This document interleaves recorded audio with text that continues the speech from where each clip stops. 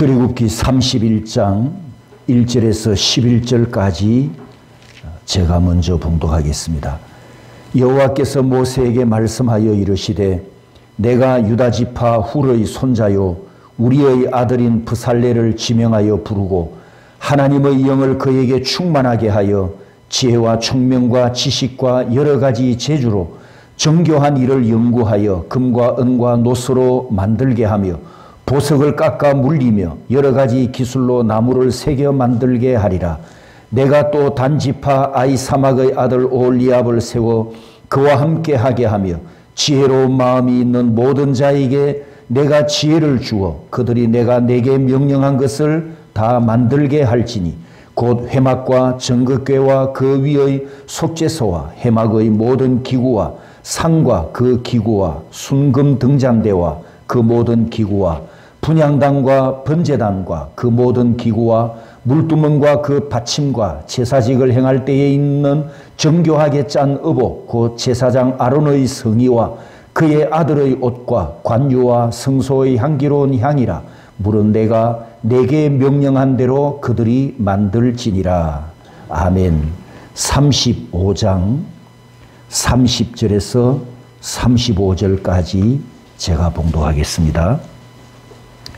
모세가 이스라엘 자손에게 이르되 볼지어다 여호와께서 유다 지파 훌의 손자요 우리의 아들인 브살레를 지명하여 부르시고 하나님의 영을 그에게 충만하게 하여 지혜와 총명과 지식으로 여러 가지 일을 하게 하시되 금과 은과 노스로 제작하는 기술을 고안하게 하시며 보석을 깎아 물리며 나무를 새기는 여러 가지 정교한 일을 하게 하셨고 또 그와 단지파 아히사막의 아들 오홀리압을 감동시키사 가르치게 하시며 지혜로운 마음을 그들에게 충만하게 하사 여러 가지 일을 하게 하시되 조각하는 일과 세공하는 일과 청색, 자색, 홍색 실과 가는 배실로 수놓는 일과 짜는 일과 그 외에 여러 가지 일을 하게 하시고 정교한 일을 고안하게 하셨느니라. 아멘. 성막 건축에 대한 말씀입니다. 먼저 성막 건축을 위해서 쓰여진 재료를 보면 여러 종류의 재료가 사용됩니다. 크게 6 주제로 나누면 금속류, 보석류, 또 유색, 면사, 목재류, 피형류, 향유류. 우리가 가정에서 쓰고 있는 그 재료들 대부분이 하나님의 집 성막을 세우는 재료로 이렇게 쓰여졌음을 보게 됩니다. 이런 재료가 쓰여졌다는 것은 이 건축 재료만 있다고 집을 세우는 것이 아니고 다듬는다든지 깎아낸다든지 또 배를 짠다든지 금속류 같은 경우는 주물을 한다든지 모양을 만든다든지 이렇게 만들어내는 사람의 지혜와 기술이 필요한 재료다. 이것을 우리가 알 수 있습니다. 그래서 오늘과 다음 시간에는 이 성막 건축에 대한 출애굽기 끝부분에 있는 본문들을 가지고 우리에게 주시는 은혜를 함께 나누려고 합니다. 성경에 등장하는 이름의 의미를 여러 번 말씀드렸죠. 여호와 하나님의 이름 속에는 하나님의 속성과 성품과 존재와 사역이 다 들어있다고 했습니다. 하나님의 이름이 엘로힘으로 나타날 때에는 전능하신 창조자이고 아도나이로 나타날 때는 왕이신 주님이시고 또 여호와로 나타날 때는 스스로 존재하시는 자가 되십니다. 이 외에도 우리가 알고 있는 이름 중에 여호와 로이는 시편 23편에 목자가 되시는 하나님이시며 여호와 치두케누는 의로우신 하나님, 이런 뜻을 가지고 있습니다. 자, 이렇게 하나님의 이름은 미래에 이루어질 희망사항이 아니고 그 이름이 인격이고 그 이름이 성품이고 그 이름, 하나님의 이름 자체가 하나님의 실존이어서 하나님의 이름을 들어보면 아, 어떤 하나님이신가 이것을 알 수 있게 됩니다. 우리 한국인 부모가 자녀 이름을 지을 때 내 자녀가 앞으로 이런 사람이 되었으면 좋겠다 희망을 담아서 뜻이 있는 이름을 짓지만 구약시대 성경시대 성도들의 이름은 우리처럼 한국인처럼 막연한 희망사항이 아니라 뜻이 있는 하나님의 이름처럼 그 이름이 실제였고 실존이었습니다. 즉 성경시대 성도들의 이름 속에는 자기 신앙 고백이 담겨 있었고 그 이름 뜻이 자기 인격이었고 자신의 실제적인 삶이었으며 이름과 존재가 따로 국밥이 아니라 이름과 실존이 항상 하나였다. 이런 이름의 의미를 가지고 있습니다. 이름의 이런 의미를 염두에 두고 이제 성막 건축을 위해서 부름받은 두 사람을 보면서 나도 이렇게 살고 이렇게 쓰임 받기를 원하며 내 자녀들도 여러분의 자녀들도 이 두 사람처럼 이렇게 부름받고 이렇게 쓰임 받기를 축복합니다. 첫 번째 사람은 브살렐입니다. 이 브살렐은 하나님의 그늘 안에서 이런 뜻을 갖고 있습니다. 브살렐 이름이 이런 뜻을 갖게 되었다는 것은 이 아들의 이름을 지은 부모가 하나님의 그늘을 경험했다는 증거입니다. 부모가 하나님의 그늘을 먼저 경험했기 때문에 내 자녀도 하나님의 그늘 안에서 살아가기를 소망하고 그리고 이렇게 아들의 이름을 지었습니다. 이 브살렐은 성경에서 제법 유명한 가문에서 태어납니다. 출애굽기 31장 2절에 보면 족보를 밝히죠. 유다 지파 훌의 손자요 우리의 아들인 브살렐. 35장 20절에도 마찬가지입니다. 자, 성경에 등장하는 주인공들 중에 눈에 띄는 족보가 있는데요. 꼭 족보를 3대를 밝힙니다. 3대. 그의 아버지가 누구고 그의 할아버지가 누구였다라든지 아니면 그의 아버지는 누구고 그는 누구의 자손이었다. 한참 윗대 야곱의 12아들 윗대 조상을 말하면서 3대를 이야기하는 이런 주인공들이 제법 많이 등장합니다. 그래서 누구의 아들, 누구의 손자, 누구의 자손 이렇게 밝히는데 여러분 그 시대, 이 시대는 3대 이상이 한 집에서 동거하던 시대지 않습니까?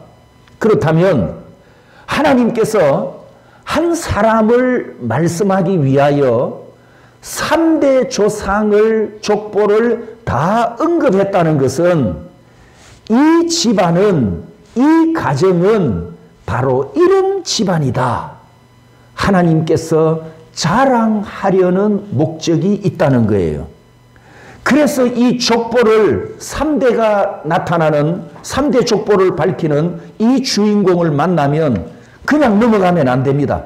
반드시 그 조상들까지 찾아보면서 하나님께서 지금 이 사람을 왜 자랑하시는가?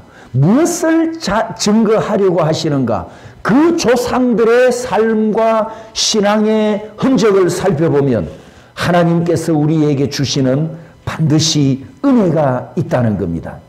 자, 브살렐은 이런 가문에서 태어났습니다. 창세기 49장 8절 12절에 바로 유다 지파죠. 유다 지파 그랬거든요. 이 유다 지파는 12아들 중에 왕의 권력을 가진 넷째 아들일 집안이고 그 유언 때문에 야곱의 유언 때문에 유다 지파에서 세상을 구원할 메시아가 탄생하시지 않습니까?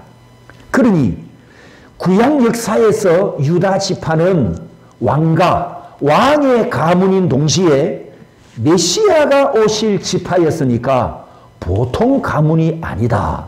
이걸 우리가 알 수 있지 않습니까? 그 다음에 브살렐의 할아버지 홀이라고 했거든요. 홀은 누구일까요? 자, 출애굽기 17장에 보면 할아버지 홀은 이런 사람입니다. 이스라엘 군대가 아말렉과 싸울 때에 신앙의 동지였던 아론과 함께 모세의 팔을 붙들어 이스라엘이 전성을 거두는데 공을 세웠습니다. 그러니까 할아버지 홀이 이 모세와 아주 가깝게 동행하면서 모세 곁에서 하나님을 깊이 경험하는 삶을 살았다는 거예요. 그런 가문의 자손으로 이 사람 브살렐이 탄생합니다. 그리고 오늘 본문에 하나님 부름을 받지요. 그 다음에 두 번째 사람이 오홀리압인데, 이 오홀리압은 아버지는 나의 장막이시다, 이런 뜻을 갖고 있습니다. 역시 이 아들의 이름을 지은 부모가 하나님의 장막을 경험하면서 내 아들도 하나님의 장막 안에 거하기를 소망했습니다. 오홀리압은 단지파 소속이었고 아버지는 아히사막인데, 이 아히사막의 내력은 성경에 알려진 바가 거의 없습니다. 그런데 아버지는 나의 장막이시다, 이 아들의 이름 뜻을 보면, 여러분 장막은 어떤 의미가 있습니까? 장막은 보호받고 장막 안에서 안식이 있고 그 장막 안에서 가족들과 함께 거주하는 행복함과 안일함과 기쁨과 즐거움이 있지 않습니까? 집이니까, 집, 그죠? 그런데 하나님은 아버지는 나의 장막이시다, 이런 뜻을 가지고 오홀리압 이름을 지었는데, 이 아들이 하나님의 집을 건축하기 위해 부름받은 것을 부모가 알았을 때 그 부모들이 얼마나 기쁘고 감사했을까요? 부모의 소원이 이루어졌잖아요. 아들을 통해서 하나님의 장막을 세운다. 이거 얼마나 큰 영광스러운 일입니까? 그러니까 그 부모들이 하나님의 장막 안에서 거주하는 그 신앙의 기쁨을, 영적인 삶을, 또 은혜가 충만한 삶을 경험했고, 내 아들도 아버지의 장막, 아버지는 나의 장막이시다, 이런 뜻을 지었는데 결국은 오홀리압이 하나님의 장막을 세우는 일에 부름받았다는 사실입니다. 이렇게 성경에 기록된 족보 이름 뜻과 그 이름에 담긴 신앙 고백과 인격과 삶을 연결해 보면 이야기가 풍성해지는 동시에 하나님께서 우리에게 주시는 메시지가 있습니다. 성도 여러분, 두 사람을 말씀드렸는데 성경에 등장하는 주인공들의 이름 뜻을 보면서 우리는 이 성경을 읽으면서 내 자신의 신앙과 내 자신의 모습을 돌아보아야 합니다. 브살렐과 오홀리압의 뜻처럼 나는 하나님을 어떻게 경험하고 있는가? 나는 하나님께 어떤 신앙을 고백하고 있는가? 또 나는 하나님께로 얼마나 더 가까이 다가가고 있는가? 하나님과 얼마나 가깝게 지내고 있는가? 이 나를 돌아볼 수 있는 하나의 표준, 지표가 됩니다. 우리가 날씨에 대한 관심을 가지고 날씨가 궁금하면 방송에 나오는 일기예보를 우리가 듣습니다. 일기예보를 보면서 내일은 비가 오겠구나, 내일은 구름이 끼겠구나, 이렇게 우리가 알듯이 이 성경에 기록된 주인공들은 내 인생의 미래를 알려주는 일기예보가 되기도 합니다. 다시 말씀드리면 이 성경 주인공들의 이름 뜻이 앞으로 나는 어떻게 살아가야 하는가, 방향, 내비게이션처럼 방향, 어떤 방향으로 내가 전진하고 어떤 방향으로 살아가야 하는가, 이것을 우리에게 미리 주인공들이 보여주고 가르쳐주고 우리에게 모범이 된다는 것을 알 수 있습니다. 그리고 브살렐과 오홀리압을 보면 우리 가슴이 좀 뛰어야 되는 두 개의 단어를 발견하게 되는데, 그 두 개의 단어 중에 오늘은 한 개만 말씀드리고 나머지 한 개는 다음 시간에 말씀을 드리고 빨리 마치려고 합니다. 자, 두 번째 오늘 본문에 출애굽기 35장 34절에 보면 또 그와 단지파 아히사막의 아들 오홀리압을 감동시키사 가르치게 하시며 라는 말씀에서 따라서 봅니다. 감동된 마음. 감동된 마음. 여기 마음, 레브라고 하는 마음은 명사고 34절에 감동시키사, 시켰다, 감동시켰다, 나타니라고 하는 이 단어는 동사입니다. 즉, 첫 번째 오늘 생각할 말씀이 감동이라는 단어입니다. 감동, 감동. 이 감동이 어떤 의미를 가지고 있느냐? 감동. 감동을 여러분이 다 알고 계시잖아요, 이미. 왜? 삶에서 경험을 많이 했기 때문에. 그런데 오늘은 조금 다른 관점에서 여러분에게 말씀을 드리려고 하는 겁니다. 감동이 뭐냐? 감동은 감동을 주시는 분이 누구시죠? 주시는 분은 하나님이시잖아요. 감동받을 사람에게, 모든 사람에게 다 감동 주시는 거 아니거든요. 하나님이 딱 찍어낸 사람이 있단 말이에요. 요 일에 이 사람에게 감동을 주고 저 일에는 저 사람에게 감동을 주고, 무슨 뜻인지 아시죠? 50명이면 50명에게 다 감동 주시는 게 아니라는 거예요. 감동을 주시는 분이 감동받을 사람에게 가깝게 다가가셨다는 의미가 됩니다. 하나님께서 브살렐과 오홀리압 두 사람 마음을 감동시켰다 하셨으니 하나님께서 이 두 사람에게 먼저 다가가셨다는 의미입니다. 즉 하나님과 감동받은 사람 사이에 거리가 좁혀진 거지요. 관계가 더욱더 가까워졌단 말입니다. 우리도 신앙생활 하다가 말씀을 듣던 중에 감동을 받습니다. 찬양하다가 기도하다가 감동을 받기도 합니다. 우리가 이런 감동을 종종 자주 경험합니다. 그럴 때 나에게 감동이 왔다는 것은 그 감동을 통해서 하나님께서 나에게 다가오셔서 성령으로 속삭이시고 나는 하나님과의 관계가 더욱더 가까워졌다. 이런 복이 있다는 것입니다. 할렐루야. 하나님이 나에게 가까이 다가오실 때 우리가 특별하게 경험하는 것이 있습니다.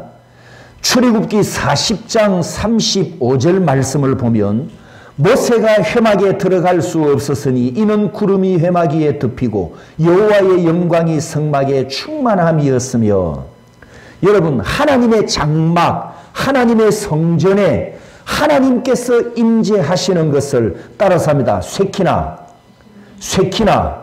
이 샤칸과 쇠키나가 같은 뜻입니다. 쇠키나라고 하는데 하나님의 영광이라는 뜻입니다. 영광. 하나님께서 하나님의 집에 임재하실 때, 하나님의 장막에 내려오실 때 하나님의 영광이 회막을 덮었다 그랬습니다. 하나님의 영광이 하나님을 덮어버렸습니다. 그러니까 하나님이 임재하실 때, 하나님께서 가까이 오실 때 우리 인간이 경험하는 것은 하나님의 쇠키나 영광이란 말이죠. 구약시대 하나님의 장막인 이 회막에 하나님의 영광이 덮여 있고 그 성막에 하나님의 영광이 충만하듯이 하나님의 집인 성전에는 언제나 하나님의 영광이 충만합니다. 성도 여러분, 우리가 하나님을 가깝게 경험한다는 것은 큰 은혜이고 큰 복입니다. 거기다 하나님의 영광을 바라본다는 것은 사실 이것은 천국에서나 경험할 수 있는 것인데, 이 세상에서 하나님의 영광을 본다든지 느낀다든지 경험을 한다면 그것은 세상의 어떤 말로도 표현할 수 없는 기쁨이고 충만함이고 황홀함이 되겠지요.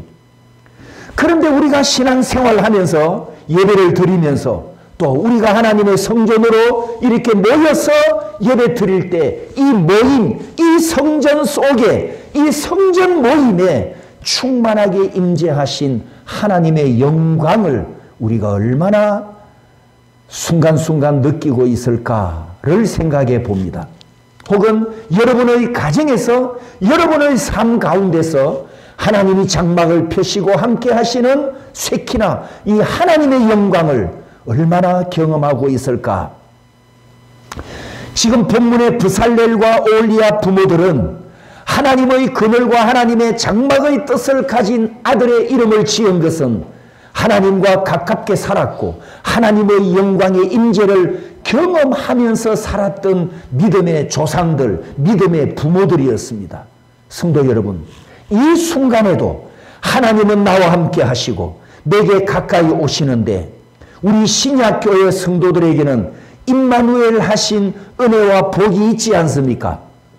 그러므로 오늘도 하나님께서 나를 부르시기 위해서 감동을 주시는 방법으로 나에게 찾아오시고 내게 가까이 오십니다. 그때 감동이란 단순히 감정 터치, 우리가 알고 있는 것처럼 감동이 뭐냐? 감정 터치, 뭔가를 깨달음, 또 감동을 받았을 때 아, 내가 뭔가를 해야 되겠구나라는 결심, 감정 터치, 깨달음, 결심 정도가 아니라 나를 그 일에 쓰시려고 감동을 주시면서 하나님께서 나에게 다가오심이고 감동으로 나를 찾아오신 하나님의 영광을 경험하게 하시는 하나님의 은혜이다. 이것을 우리가 알기를 원합니다. 그러므로 감동이 오면 감동을 뿌리치지 마십시오. 감동을 거부하지 마십시오. 감동이 없었던 것처럼 외면하지 마십시오. 하나님은 감동으로 나에게 가까이 다가오셔서 하나님의 영광을 경험하게 하시는데 만약에 그것을 거부해버리면 하나님의 쇠키나 하나님께서 영광으로 임재하시는 그 황홀한 경험의 복을 놓쳐버린단 말이죠. 하나님께서 나에게 감동을 주실 때 하나님께서 나에게 다가오신다. 하나님께서 나에게 다가오셨다. 이렇게 생각하고 어떤 일에 나를 사용하시려는가? 무엇을 위해서 나를 쓰시려는가? 그 부르심의 음성을 듣고 귀하게 쓰임 받으면 하나님의 임재하심과 하나님의 영광을 충만하게 경험하는 복을 누릴 줄 믿습니다. 이 시간